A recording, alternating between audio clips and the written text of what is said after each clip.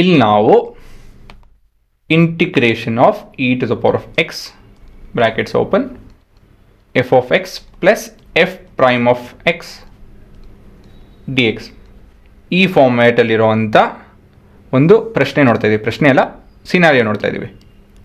ಏನಪ್ಪ ಅದು ಅಂತ ಹೇಳಿದ್ರೆ ಇದ್ರ ಉತ್ತರ e to the power of X F of X.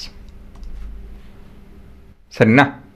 ನೋಡಿ, ಇಲ್ಲಿ ಪ್ರಶ್ನೆ ಇದೆ, ಇದು ನಿಮ್ಮ ಎಫ್ ಆಫ್ ಎಕ್ಸ್, ಇದು ನಮ್ಮ ಎಫ್ ಪ್ರೈಮ್ ಆಫ್ ಎಕ್ಸ್ ಅಂತ ಹೇಳ್ತು ಅಂದರೆ ಇದನ್ನು ನಾವು ಡಿಫ್ರೆನ್ಷಿಯೇಟ್ ಮಾಡ್ತು ಅಂದರೆ ಈ ಎಕ್ಸ್ಪ್ರೆಷನ್ ಬರುತ್ತೆ, ಹೊತ್ತಾನೆ. ಅದ್ರ ಜೊತೆಗೆ e to the power of x ಹೊರಗಡೆ ಇದೆ, ಇಂಟು ಡಿ ಎಕ್ಸ್ ಈ ರೀತಿಯಲ್ಲಿ ಇದೆ ಅಲ್ವಾ?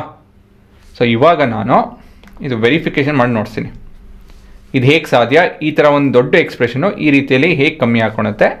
ಅಫ್ಕೋರ್ಸ್ ಪ್ಲಸ್ ಸಿ ಹೇಗಪ್ಪ ಅಂತ ಹೇಳಿದ್ರೆ, so let's take up E to the power of X F of X. ಇದನ್ನು ಡಿಫ್ರೆನ್ಷಿಯೇಟ್ ಮಾಡ್ತು ಅಂತ ಹೇಳಿದ್ರೆ ಯೂಸಿಂಗ್ ಆರ್ ಪ್ರಾಡಕ್ಟ್ ರೂಲ್ ಏನಾಗುತ್ತೆ? ಪ್ರಾಡಕ್ಟ್ ರೂಲ್ ಏನು ಹೇಳುತ್ತೆ? U V prime is equal to U prime V plus V prime U ಅಲ್ವಾ? So ಇಲ್ಲಿವಾಗ U prime ಏನಾಗುತ್ತೆ? E to the power of X into F of X plus V prime ಏನೇನೋ F prime of X, U ಏನೋ E to the power of X. ಇವೆರಡಲ್ಲಿ ಏನು common ಇದೆ? E to the power of X.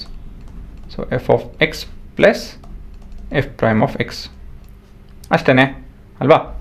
So this is the derivative of this and this is the antiderivative of this expression. So ನಮ್ಮ ಆ್ಯಂಟಿ-ಡೆರಿವೇಟಿವ್ of ಈ expression ಏನಂತ ಹೇಳಿದ್ರೆ ಇದು. So ಇದರಲ್ಲಿ ಉದಾಹರಣೆಗಿದು ನಿಮ್ಮ ಉತ್ತರ ಕೊನೆಯದಾಗಿ e to the power of X into tan inverse of X plus the constant. So ಇದೇ ನಮ್ಮ ಉತ್ತರ.